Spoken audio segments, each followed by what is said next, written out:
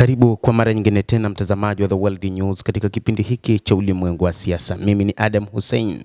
Tukielekea huko Tehran, Iran inatajwa kwamba ni moja kati ya nchi ambayo ni ngumu kupigana nayo, hasa kulingana na jiografia na mambo mengi ambayo yanatajwa na wachambuzi wa mambo. Kipi kinaifanya Iran kuwa ngumu kupigana nayo licha ya kwamba mwaka uliopita iliingia vitani na Israel pamoja na Marekani? Lakini kwa nini Israel na Marekani zinatajwa hazikuweza kushinda katika vita hivi? Endelea kuwa nami nikufahamishe kwa mapana kupitia makala hii. Iran inachukuliwa kuwa moja kati ya mataifa ambayo ni vigumu kupambana nayo na kushinda. Iran inatajwa kuwa shabaha tata ya kijeshi kutokana na jiografia yake yenye milima na miji ya makombora ya chini ya ardhi. Ulinzi wake unategemea mtandao mkubwa wa mawakala, safu kubwa ya silaha ya makombora na uwezo wa kuzuia njia ya mafuta ya mlango bahari wa Hormuz. Katika kipindi cha vita vya siku 12, Israel inatajwa imetumia nguvu kubwa mno katika kufanya mashambulizi dhidi ya Iran. Israel ilifikia hatua kutumia ndege za F-35 kutoka nchini Marekani, lakini pia haikuweza kufanikiwa katika kupambana dhidi ya Iran. Ikaona njia pekee ni kuitumia Marekani yenye teknolojia ya hali ya juu katika jeshi duniani. Marekani yenyewe ilitumia ndege za B-2 kwa kutumia makombora ya Buster. Ilifanya mashambulizi katika maeneo yenye vinu vya nyuklia vya Fordo, Natanz na Isfahan. Licha ya kwamba Rais wa Marekani Donald Trump aliamini kwamba tayari wameshamaliza kazi na kwamba Iran halitakuwa taifa lenye nyuklia, lakini Iran ilisalia kuwa na mfumo wake wa nyuklia ambao haukuathiriwa sana kama ambavyo Marekani kupitia rais wake Donald Trump alivyotabiri na kueleza ulimwengu. Ikumbukwe kwamba maeneo yenye vinu vya nyuklia yapo chini ya milima, na hivyo Marekani ilifanya shambulizi juu ya milima ikidhani eneo lenye usawa vilipo visima ndipo ambapo imeshambulia, lakini ilikuwa kinyume chake. Kilogramu 400 za uranium iliyorutubishwa bado zipo nchini Iran.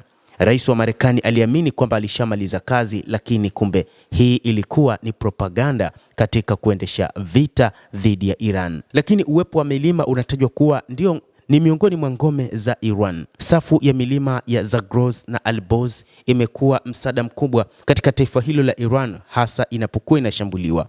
Iran imezungukwa na safu za milima hiyo ya Zagros na Alborz ambayo hufanya kuwa kama ukuta mkubwa wa asili. Mandhari hii korofi huweka mipaka ya njia za uvamizi wa ardhi kwa njia nyembamba chache ambazo ni rahisi kuzilinda na kufanya shambulio la ardhini kuwa ndoto mbaya ya vifaa kwa kikosi chochote cha kushambulia. Kadhalika, uwepo wa miji ya makombora iliyojengwa chini ya ardhi nayo pia inaelezwa kwamba ni ngome muhimu ya Iran. Jeshi la Walinzi wa Mapinduzi ya Kiislamu ya Iran IRGC limejenga miji mikubwa ya makombora chini ya ardhi ili kunusuru mashambulizi ya anga. Vyombo vya habari vya serikali vimeonyesha maghala yaliyozikwa hadi mita 500 hadi 600 chini ya milima kulinda maelfu ya makombora ya ballistic dhidi ya mashambulizi ya kawaida ya mabomu. Moja kati ya mipango ya wakati huu ya Marekani pamoja na Israel katika kuishambulia Iran ilikuwa ni pamoja na kushambulia miji yao ya hifadhi ya makombora, hasa yale ya masafa marefu. Lakini pia hata katika vita vya siku 12, huu ulikuwa moja kati ya silaha ambapo Iran imepata ni kutoka katika mataifa haya. Kadhalika inatajwa kwamba silaha kubwa zaidi na makombora katika eneo hilo ni moja kati ya ngome. Kwa mujibu wa kamandi kuu ya Marekani, Iran inamiliki orodha kubwa zaidi ya makombora ya ballistic katika eneo la Mashariki ya Kati. Safu hii inajumuisha silaha zinazoongozwa kwa usahihi zinazoweza kugonga bezi na miji hadi umbali wa kilomita zaidi ya 2000 na kutoa kinga kali dhidi ya mashambulizi. Makombora yake ni ngumu kuyazuia. Kama ilivyotokea katika vita vya siku 12, Marekani ilikiri kwamba mashambulizi ya Iran yalishindwa kuzuiliwa na mifumo ya anga, ikiwa ni pamoja na ule wa Iron Dome pamoja na THAAD na mifumo mingine ya ulinzi wa anga iliyopo na iliyotoka nchini Marekani. Kadhalika unatajwa mlango wa bahari wa Hormuz checkpoint. Huu unatishia usambazaji wa mafuta duniani. Iran inadhibiti pwani ya kaskazini ya mlango bahari wa Hormuz ambapo 20% ya mafuta duniani hupita.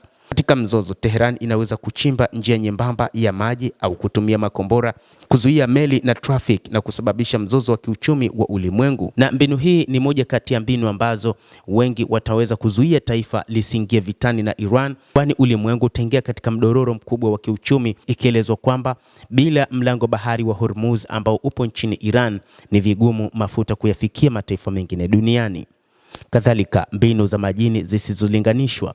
Mtazamaji wa The World News, hiyo ndiyo Iran, na imeelezwa ni jinsi gani taifa hilo limekuwa gumu katika kufanya mashambulizi na kuweza kuishinda. Vita inawezekana kupiganwa dhidi ya Iran, lakini ushindi ni mgumu mno na itachukua muda mrefu kwa mataifa makubwa mfano wa Marekani kama itaamua kuingia vitani.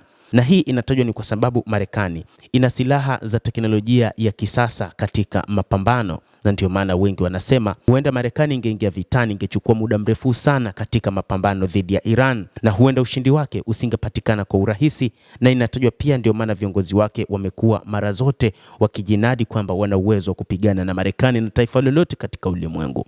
Endelea kutufuatilia, lakini usisahau kulike, kucomment na kusubscribe channel yetu hii. Mimi ni Adam Hussein, endelea kuwa nasi muda wote.